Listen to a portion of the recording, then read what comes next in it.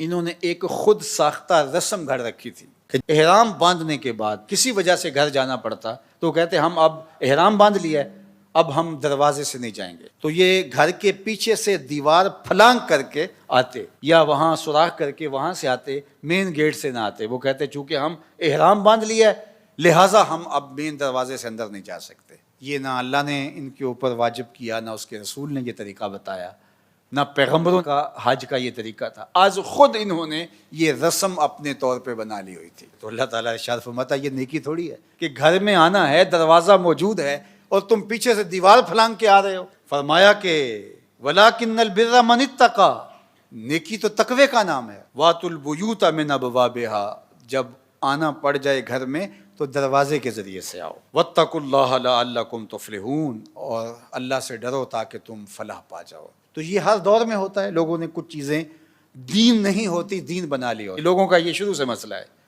بعض اوقات ایسی چیزوں کو دین سمجھتے ہیں جو دین نہیں ہوتا، اور بعض اوقات ایسی چیزوں کو دین نہیں سمجھتے جو دین ہوتا ہے۔ یہ آج کی تاریخ میں بھی ایسا ہے، بہت ساری ایسی چیزیں ہیں جن کا دین کے ساتھ کوئی تعلق نہیں ہوتا ہے، اور لوگ آج خود رسمیں گھڑ لیتے ہیں اور اس کو دین قرار دے دیتے ہیں کہ ایسا کریں گے ایسا کریں گے۔ بالخصوص ذوف الاعتقادی کا جو مرض ہے، خیر مردوں میں بھی بہت سارا ہے لیکن عورتوں میں بنسبت مردوں کے کچھ زیادہ ہے، اور ان کے ہاں بہت ساری ایسی رسمیں ہیں اور ایسی چیزیں ہیں کہ جن کا دین سے شریعت سے کوئی تعلق نہیں ہے۔ ہم چھوٹے ہوتے تھے تو وہ ایک 10 بیویوں کی کہانی پڑھی جاتی تھی، شاید اب بھی ہو، تو اس میں یہ ہوتا تھا کہ اس میں خواتین شامل ہوں گی، کوئی مرد شامل نہیں ہوگا، اور اس کے اندر جو شیرینی رکھی جاتی تھی تو وہ مؤنث رکھی جاتی تھی، یعنی برفی رکھی جائے، جلیبی رکھی جائے، رس گلہ نہیں رکھا جائے گا، یہ مذکر ہے۔ تو یہ کہاں سے ہے؟ وہ کنڈوں کا ایک ختم ہوتا تھا تو اس کے اندر وہ سورج چڑھنے سے پہلے ہی ہوتا تھا کہ سورج چڑھ گیا تو پتہ نہیں کیا ہوگا۔ تو یہ کیا تھا؟ اس طرح بہت ساری شادی بیاہ کی رسمیں ہیں، ہماری مرگ کی رسمیں ہیں، لوگوں نے بنائی ہوئی ہیں بہت ساری، جس کا کوئی تعلق شریعت سے نہیں ہے۔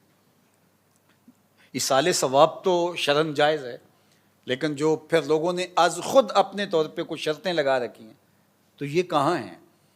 تو لوگ بعض اوقات ان کی اتنی سختی سے پابندی کرتے ہیں کہ اس میں تھوڑا سا بھی فرق پڑ گیا تو پتہ نہیں قبولیت میں مسئلہ ہو جائے گا۔ تو یہ شروع سے چلا آ رہا ہے، انسانی فطرت کے اندر ذوف موجود ہے، اور اس ذوف الاعتقادی کی وجہ سے شیطان داخل ہوتا ہے، اور غلط عقائد بھی پنپتے ہیں تو ذوف کی وجہ سے پنپتے ہیں۔ اس طرح آپ اپنی زندگی میں دائیں بائیں دیکھیں، اور میں نے دیکھا ہے کہ مسجدوں سے ممبروں سے ہمارے خطیب اور مولوی حضرات ذوف اعتقادی پھیلاتے ہیں، پیر اور تنظیمیں پھیلاتی ہیں ذوف الاعتقادی، ان کی وجہ سے معاشرے کے اندر ذوف اعتقاد کا پھیلتا ہے۔ حالانکہ جو ممبر پہ بیٹھا ہے اس کو تو کم از کم دین کا پورا فہم ہونا چاہیے، آدھا نہیں پورا فہم ہونا چاہیے، چونکہ وہ ذمہ دار ہے۔ اور اگر ذوف پھیلے، ضعیف الاعتقادی پھیلے، گمراہی پھیلے اور دین کی تعبیر اور تشریح غلط ہو تو تمہیں اس کی پکڑ ہوگی۔ حضرت سیدنا علی المرتضیٰ جب کوفے آئے تو وہاں جگہ جگہ لوگ درس دے رہے تھے، تو آپ نے لوگوں سے پوچھا قرآن کے ناسخ و منسوخ کو جانتے ہو؟ انہوں نے کہا نہیں، کہا پیچھے ہٹ جو، تمہیں کوئی حق نہیں ہے۔ صرف حضرت حسن بصری کو اجازت دی کہ تم درس دے سکتے ہو، حالانکہ وہ تابعین کا دور تھا، آپ نے اٹھا دیا ان کو۔ اور یہاں جس کو تھوڑا سا بولنا آ جاتا ہے، گفتگو تھوڑا سا سلیقہ آ جاتا ہے، وہ خطیب اعظم پاکستان ہوتا ہے۔ تو ذوف الاعتقادی پھیلانا کتنی بڑی بدکاری ہے اس امت کے اندر۔ ایسی کوئی بات جس کے نتیجے کے اندر کل پرسوں 10 سال بعد ذوف پھیل جائے، اللہ کے محبوب نے اس کی بھی نفی کی۔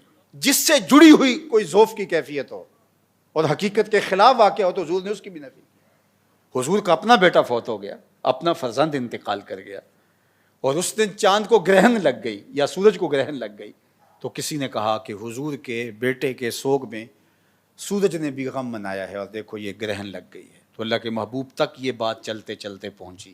ہمارے لیے تو کوئی جھوٹی خواب گھڑ لے، جھوٹی کرامت گھڑ لے، ہمیں پتہ بھی ہوتا ہے کہ میں اس کے لائق تک نہیں ہوں، اور ہم چپ ہوتے ہیں کہ چلو کوئی نہیں، دروغ بر گردن راوی۔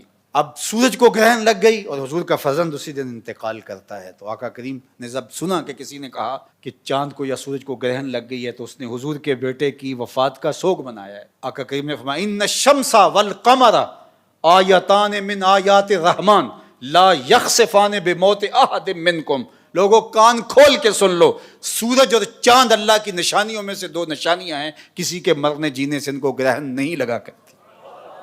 یہ پیغمبرانہ زندگی ہے.